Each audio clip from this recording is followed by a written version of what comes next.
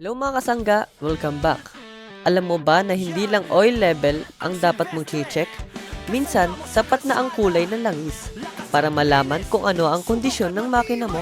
Today, pag-uusapan natin kung ano ang ibig sabihin ng kulay ng motorcycle oil at kung kailan ka dapat mag-alala.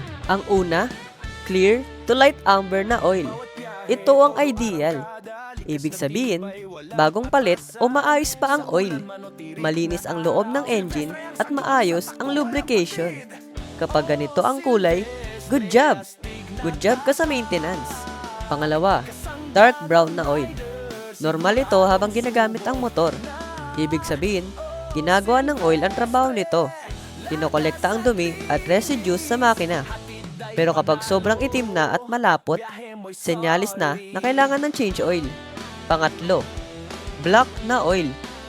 Ito na ang warning sign. Ibig sabihin, sobrang luma na ng oil at hindi na sapat ang proteksyon sa engine. Kapag pinabayaan, posibleng magdulot ng sobrang init at engine wear. Pang-apat, milky o kulay tsokolate na oil. Delikado ito. Karaniwang senyalis na may halo ng tubig o coolant ang oil. Posibleng galing sa gasket issue o water contamination. Kapag ganito ang nakita mo, huwag nang i-ride. Ipacheck agad ang motor.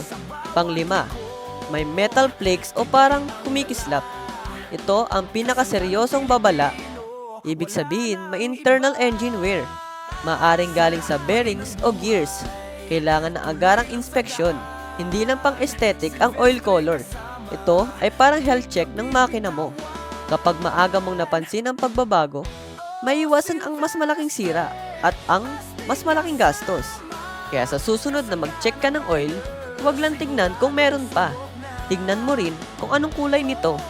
Dahil kapag inaalagaan mo ang makina mo, aalagaan ka rito sa bawat biyahe. This is what your oil color is telling you about your engine. Ride smart and ride safe mga kasangga!